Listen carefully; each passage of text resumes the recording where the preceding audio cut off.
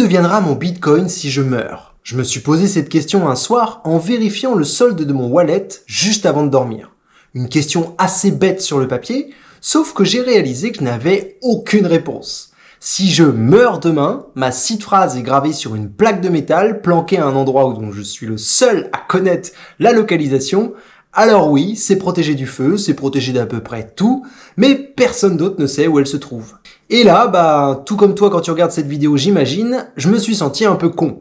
Parce que j'ai fait tout ce qu'il fallait pour protéger mon Bitcoin, mais je n'ai strictement rien préparé pour ce qui se passera après ma mort. Et ce « après », contrairement à ce qu'on pourrait croire, ce n'est pas du tout un détail. Allez, installe-toi, on va passer une vingtaine de minutes ensemble, et j'ai vraiment envie de prendre le temps sur ce sujet. Car c'est vraiment important de réfléchir à tout ça si tu détiens du Bitcoin. Parce que si demain tu te prends un bus ou que tu meurs sur le coup, bien sûr je ne te le souhaite pas, mais l'argent que tu détiens sur ton compte bancaire, lui au moins, il aura un avenir. Ton Bitcoin, pas du tout. En effet, lorsqu'une personne décède en France, la banque finit toujours par en être informée. Elle va recevoir un acte de décès transmis soit par ta famille ou la mairie de ta ville.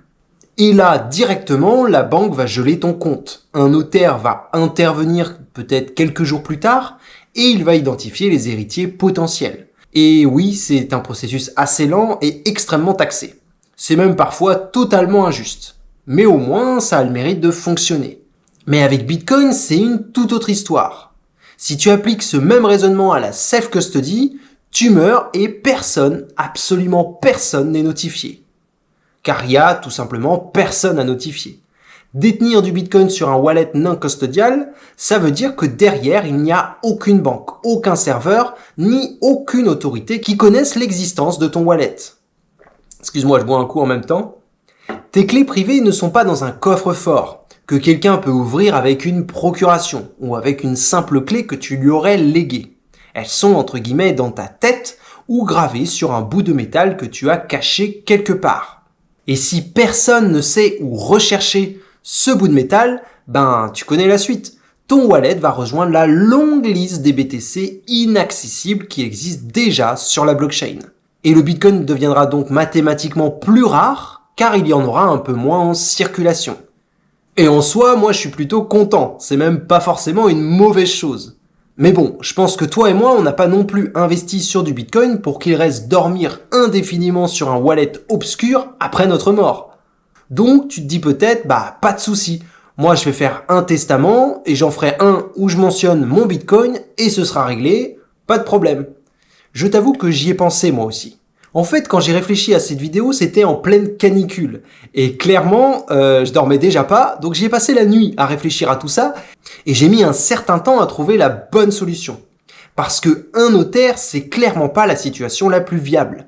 En effet, un testament chez un notaire peut effectivement mentionner que tu possèdes du Bitcoin, mais voilà, un testament ne peut absolument pas donner accès à tes fonds. Car avec Bitcoin, la propriété, ce n'est pas un papier signé devant un officier public. C'est la connaissance d'une suite de mots. Mais là, je ne t'apprends rien. Donc celui qui connaît ces mots, il possède déjà tes actifs. Donc tu ne peux pas donner ces mots à ton notaire. Même muni d'un testament, en réalité, le proche à qui tu veux léguer ton Bitcoin ne pourra pas y accéder. Ou alors t'en seras menacé de ton vivant. Donc le notaire peut tout à fait écrire « Mon fils héritera de l'ensemble de mon Bitcoin », mais il ne pourra pas écrire la seed phrase dans l'acte. Parce que ce serait rendre l'information accessible à toutes celles et ceux qui consulteront ce document. Et un testament, une fois déposé devant un notaire, n'est pas un secret aussi hermétique qu'on l'imagine. D'autant plus que tu as aussi le risque que le notaire directement se serve. Parce que qui pourra le lui reprocher ? Et qui pourra dire que c'est lui qui est venu se connecter au compte, au wallet et récupérer les fonds? Personne. Donc tu ne peux absolument pas noter ça sur un testament. Et là, t'es comme moi, il est 2h du mat et tu réfléchis toujours à une solution. En réalité, avec Bitcoin, on est face à un vrai dilemme. Si tu en parles de ton vivant, tu prends un risque énorme. Si tu n'en parles pas du tout, le risque, il n'est pas immédiat, mais il est différé au moment où tu vas mourir. Et alors là, ton Bitcoin sera bloqué éternellement. Dilemme assez cruel, hein. Et en y réfléchissant, j'ai compris que cela touchait surtout deux peurs intrinsèques et qu'on porte tous en nous. Déjà, la peur de l'irréparable, parce qu'ici, quelle que soit l'erreur, elle ne se corrige pas. Avec Bitcoin, il n'existe pas de service client et aucun recours possible. Donc si tu fais de la merde, dis-toi qu'il est déjà trop tard. Tu ne peux plus rien faire. Et ça, je l'ai déjà vécu plusieurs fois pour te l'assurer. Mais je pense que t'en as aussi conscience. Ensuite, il y a la peur de mal agir. Tu veux protéger ta famille, tu veux être un bon gestionnaire de tout ce que tu as accumulé. D'ailleurs, tu as peut-être une fierté à avoir accumulé tout ce Bitcoin. Mais le sujet est tellement complexe que c'est vraiment dur de savoir quoi faire. D'ailleurs, il n'y a pas qu'une seule méthode, mais je pense vraiment qu'il faut y réfléchir dès à présent et trouver ce qui te semble être pour toi la meilleure option. Ça me fait d'ailleurs penser au fondateur de la plateforme d'échange Quadriga CX, basé au Canada. Le mec, il est mort subitement pendant un voyage en Inde en 2019. Il était, semble-t-il, le seul à détenir l'accès au portefeuille froid de la plateforme. C'est là-bas où étaient stockés les fonds de l'ensemble des utilisateurs. T'imagines ? Au total, 190 millions de dollars canadiens appartenant à des milliers de clients sont restés bloqués, une grande partie jugée définitivement comme inaccessible, juste parce que le mec est mort et qu'il n'avait partagé cette information avec personne pour justement sécuriser la plateforme. Ça, c'est un cas réel et qui a fait l'objet d'enquêtes officielles. Et la leçon qu'on peut en tirer dépasse largement le cas de la plateforme. Quand une personne détient seule la clé d'accès à une fortune, sans aucun plan de transmission, la mort de cette personne transforme cette fortune en une perte définitive. Et il n'y a plus rien à faire. Et à l'échelle d'une plateforme avec des milliers de victimes, ou à l'échelle de ton propre wallet, avec ta seule famille comme victime, le mécanisme est aussi identique. C'est un problème majeur dans tous les cas de figure. Alors au final, qu'est-ce qu'on peut faire ? Il devait être genre 3-4 heures du mat. Je continue toujours à réfléchir à cette question et je vais te donner plusieurs approches que j'ai fini par déterminer. Des approches de la plus simple à la plus robuste. La première approche, pour moi, c'est la séparation de l'information. L'idée de base, c'est de ne jamais laisser ta seed phrase complète à un seul endroit et accessible à une seule personne. Une méthode connue dans l'écosystème, ça s'appelle le Shamir Backup, un standard qu'on retrouve notamment chez les wallets de Trésor. Le principe, c'est que ta seed phrase n'est pas stockée telle qu'elle. Elle est mathématiquement divisée en plusieurs parts. Il faut donc rassembler toutes ces parts pour pouvoir avoir la seed phrase. Disons pour les simples qu'elle est divisée en 5 parties. Et tu définis un seuil minimum pour la reconstituer. Disons 3 sur 5. Concrètement, ça veut dire que tu peux donner une part à ta compagne, une part à ton père ou ta mère et une part dans un coffre-fort. Sans qu'aucun d'entre eux, tout seul, ne puisse reconstituer l'accès. Ils ne peuvent pas communiquer entre eux ou alors ils ne savent pas que chacun détient un bout et personne n'a accès au coffre. Mais s'ils se réunissent ensemble, ces parts vont donner l'accès complet. À ce moment-là, personne ne peut te voler ton Bitcoin avec une seule part volée. Et personne ne peut bloquer la transmission en perdant ou en cachant une part. La deuxième approche, c'est le multisig, avec un tiers de confiance. C'est une approche que je trouve plus robuste et qui se rapproche de ce vers quoi j'aimerais me diriger. Le multisig, ça consiste à protéger ton Bitcoin avec plusieurs clés distinctes. Par exemple, 3 clés, dont seulement 2 sont nécessaires pour valider n'importe quelle transaction, et toi tu détiens une clé. Un membre de ta famille en détient une autre, sans jamais avoir accès à la première. C'est un peu la même chose que la première méthode, sauf que là on parle de clés. Par exemple Ledger, tu achètes 3 clés Ledger et on les connecte ensemble et chacun a besoin des autres clés pour fonctionner. Sinon ça peut être juste la seed phrase, comme dans la première méthode. Tu peux aussi confier une de ces clés à une entreprise spécialisée dans l'héritage Bitcoin. Je pense à des acteurs comme Casa ou Unchained qui proposent des protocoles d'héritage pensés justement pour ce scénario. J'en ai testé une autre que tu peux activer toi-même sur ton PC. Je ferai peut-être une vidéo sur le sujet si finalement ça t'intéresse. De ton vivant, en tout cas, avec ces méthodes, tu gardes le contrôle total. Et il faut toujours un minimum de 2 clés sur 3 pour bouger tes fonds. Et l'une de ces clés t'appartient toujours. Donc le risque, c'est de faire confiance entre guillemets à une des 2 autres personnes à qui tu confies cette clé. À ce moment-là, à ta mort, le notaire va les contacter et tes héritiers peuvent réunir les clés nécessaires pour récupérer l'accès sans qu'aucune des personnes seules n'ait jamais eu à aucun moment un accès complet et unilatéral à tes bitcoins. Troisième approche, un peu plus rudimentaire mais qui a aussi fait ses preuves. C'est le mécanisme de révélation temporisée, ce qu'on appelle parfois un Dead-Man Switch. Le principe est assez simple à comprendre. Tu dois créer un système. Par exemple, ça peut être le système des enveloppes qui sont scellées chez un proche avec des instructions de ne l'ouvrir qu'uniquement à ta mort. Ou alors, tu peux aussi le faire en ligne. Ils ouvrent l'enveloppe et ça déclenche l'envoi d'informations si jamais, au bout d'un moment, tu ne réponds plus. L'avantage, c'est qu'aucune des informations sensibles ne circule de ton vivant.